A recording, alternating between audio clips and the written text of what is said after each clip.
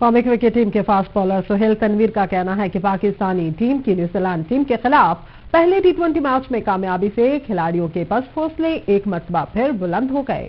کراچی سے محمد جنید کی رپورٹ۔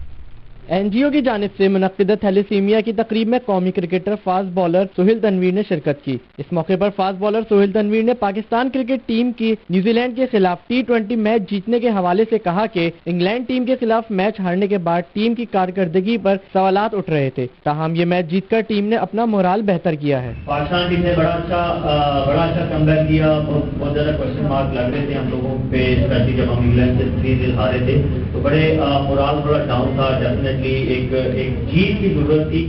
سہیل تنویر نے فاسٹ بالر محمد عامر کی کارکردگی پر کہا کہ عامر نے کرکٹ میں 5 سال بعد واپس آ کر اچھی بالنگ کی۔ کرکٹر سہیل تنویر نے اپنی خدمات تھیلیسیمیا میں مبتلا بچوں کے لیے پیش کرنے کا اعلان کیا۔ بعد ازاں انہیں اعزازی شیلڈ سے بھی نوازا گیا۔ سہیل تنویر نے کہا کہ پاکستانی ٹیم نے اگر آئندہ بھی بہترین کارکردگی دکھائی اور ٹیم اسپرٹ کا مظاہرہ کیا تو مارچ 2016 میں کھیلے جانے والے ٹی20 کرکٹ ورلڈ کپ میں بھی کامیابی ہمارے قدم چومے گی۔ کیمرہ مین مختار کے ساتھ Muhammad Junaid, capital T V, Karachi.